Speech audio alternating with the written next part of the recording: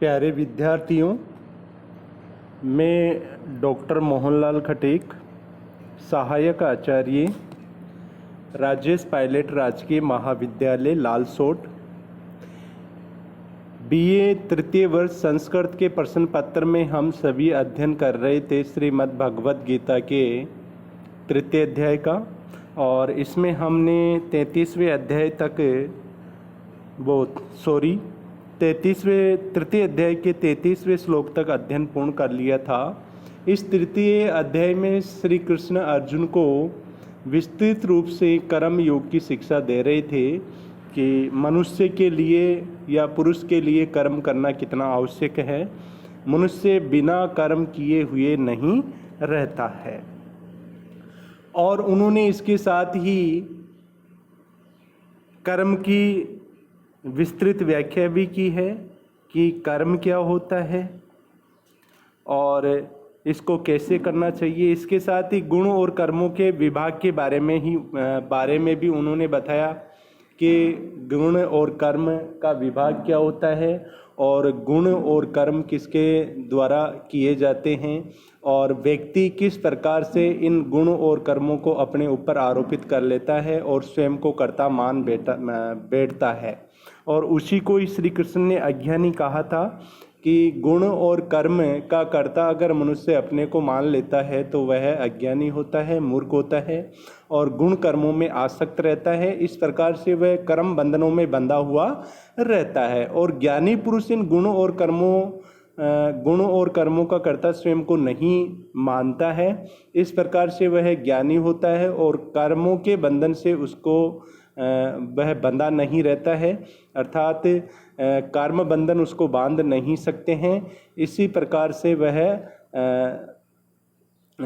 आसक्त नहीं रहता है, अर्थात उन गुणों और कर्मों में आसक्त नहीं रहता है। इसके साथ ही बाद में श्री कृष्ण कह रहे हैं, इसी बात को आगे स्पष्ट करते हुए कहते हैं कि ये जो मैंने बताया है अगर उसका कोई व्यक्ति अनुसरण नहीं करता है, मेरे मतों का अनुसरण नहीं करता है, तो वह कर्मों के बंधन में हमेशा बंधा हुआ रहता है। और जो मेरे इन मतों का अनुसरण कर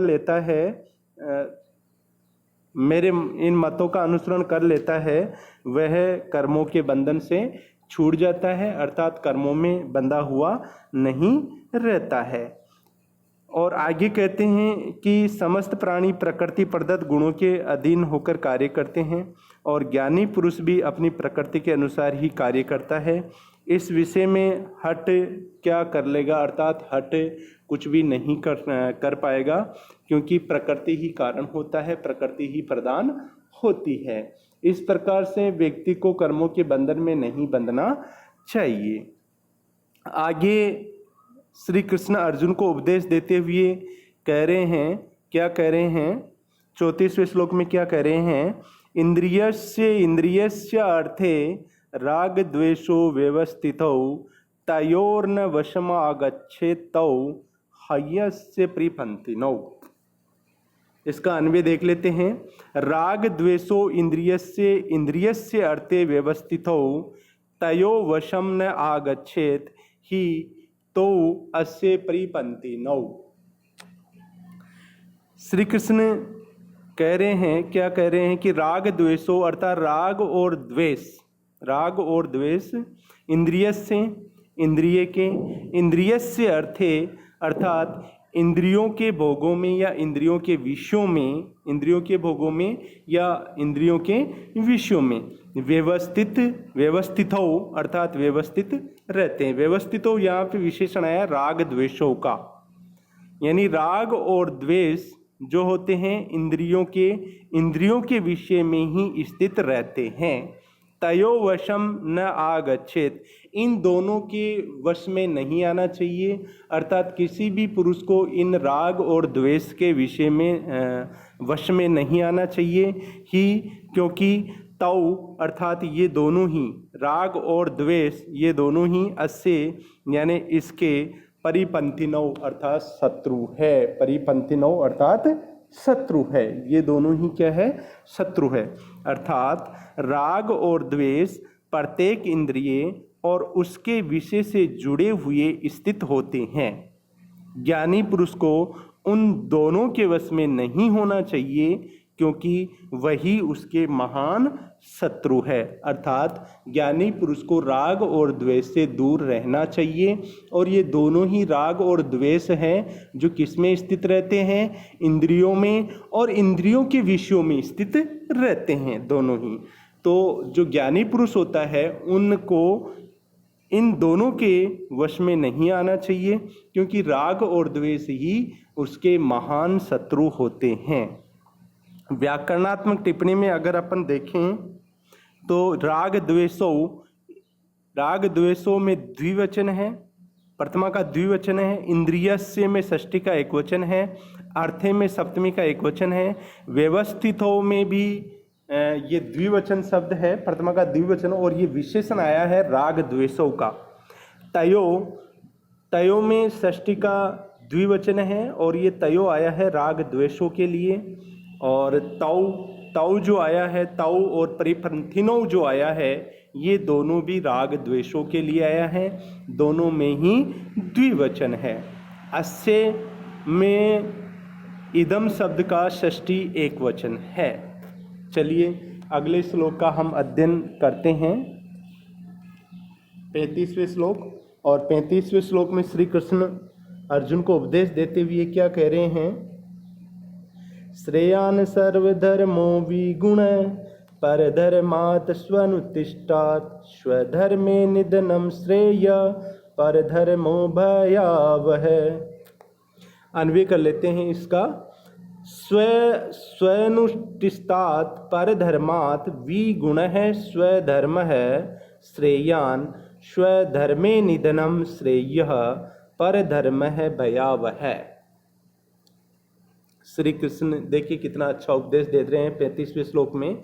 स्व अनुष्ठिष्ठात् अर्थात भली प्रकार से आचरण किया हुआ या भली प्रकार से पूर्ण किया हुआ, परधर्मात् अर्थात दूसरे के धर्म से, विगुण है अर्थात गुणों से रहित, स्वधर्म है यानी स्वयं का जो धर्म है, श्रेयान अर्थात श्रेष्ठ होता है या श्रेयस्कर होता है। स्वधर्मे स्वयं के धर्म में, निधनम अर्थात मृत्यु को प्राप्त होना, श्रेय अर्थात श्रेष्ठ है, परधर्म है भयावह, दूसरे का धर्म तो भयावह अर्थात भय को देने वाला है, भय को देने वाला है। अर्थात श्री कृष्ण अर्जुन को बिल्कुल स्पष्ट उपदेश दे रहे हैं कि व्यक्ति का जो धर्म होता है या जो कर्म करना होता है व्यक्ति को, और कर्म को ही श्री कृष्ण ने धर्म कहा है, और व्यक्ति का जो कर्म करना होता है व्यक्ति को उसी में ही कर्म करना चाहिए। चाहे स्वयं के कर्म में उसको मृत्यु भी प्राप्त हो तो वह भी उसके लिए श्रेष्ठकर मानी गई है। इसलिए व्यक्ति को स्वयं के धर्म में ही रहना चाहिए, और स्वयं के धर्म में अगर रहते हुए उसको मृत्यु भी प्राप्त होती है तो वो भी उसके लिए श्रेष्ठकर मानी गई है अर्थात श्रेष्ठ है। दूसरे के धर्म का या भली प्रकार से दूसरे के धर्म का अगर आचरण किया जाता है तो भी वह भय को देने वाला ही होता है। इसलिए पुरुष को स्वयं के धर्म में ही आचरण करना चाहिए। एक बार समेकित अर्थ देख लेते हैं। अच्छी प्रकार पालन किए गए दूसरे के धर्म से अपना धर्म कहीं अधिक श्रेष्ठ है।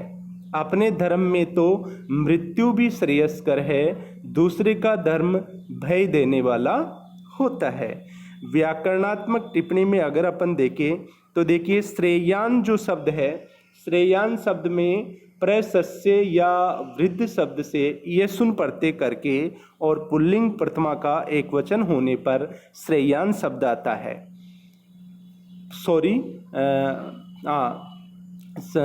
पुल्लिंग प्रथमा का एक वचन होने पर श्रेयान शब्द आता है, इसमें यशुन प्रत्यय है। स्वनुष्ठिष्ठात् परधर्मात् दोनों में ही पंचमी विभक्ति का एक वचन है, और स्वनुष्ठिष्ठात् में ये जो शब्द है ये परधर्मात् का विशेषण आया है। विगुण है, स्वधर्म है, इसमें प्रथमा का एक वचन है दोनों में ही, और वी गुण है स्वधर्म का विशेषण है।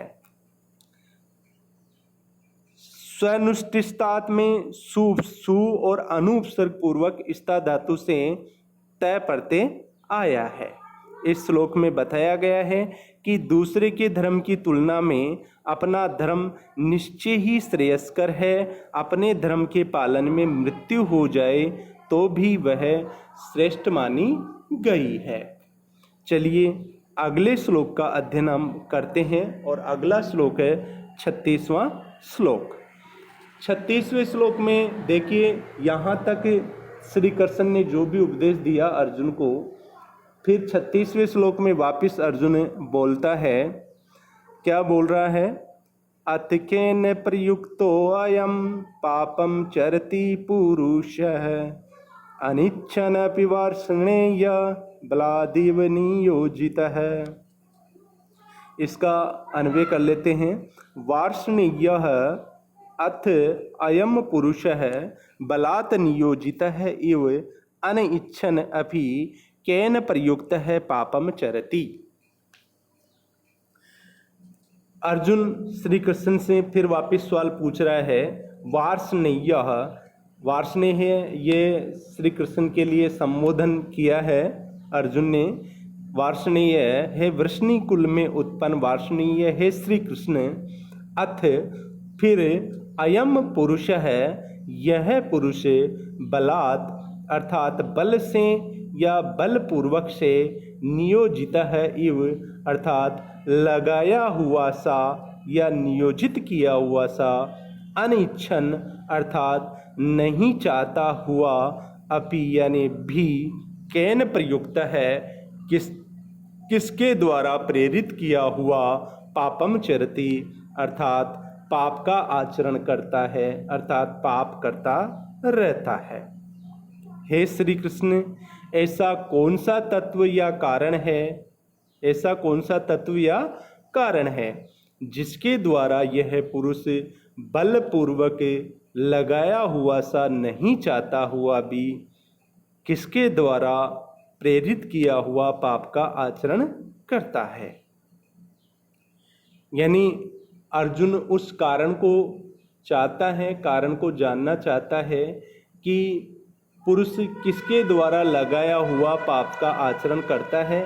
यानी पुरुष स्वयं तो नहीं करता है, लेकिन वह किसके द्वारा उन कार्यों में नियोजित करता रहता है और नहीं चाहते हुए भी पाप का आचरण करता है।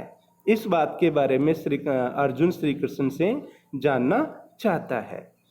इस 36वें श्लोक में हम व्याकरणात्मक टिप्पणी देखें तो देखिए, अयम पुरुष है, दोनों में ही पुल्लिंग प्रथमा का एक वचन है। अयम जो आया है पुरुष है के लिए आया है, पुरुष है का विशेषण है। बलात् में बल शब्द से पंचमी का एक वचन है। नियोजिता है में पुल्लिंग प्रथमा का एक वचन है।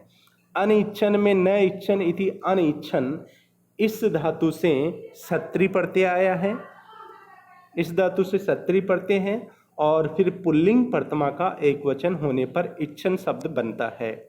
केन किम शब्द का तृतीय एक वचन है, और प्रयुक्त है जो आया है प्रय उपसर्ग पूर्वक युज धातु से तय प्रत्यय है, और नियोजितम नियोजित है में नी उपसर्ग पूर्वक युज धातु से तय प्रत्यय आया है। चरती में आपका लट लकार प्रथम पुरुष का एक वचन आया है। चलिए आज का दिन यही समाप्त करते हैं। धन्यवाद।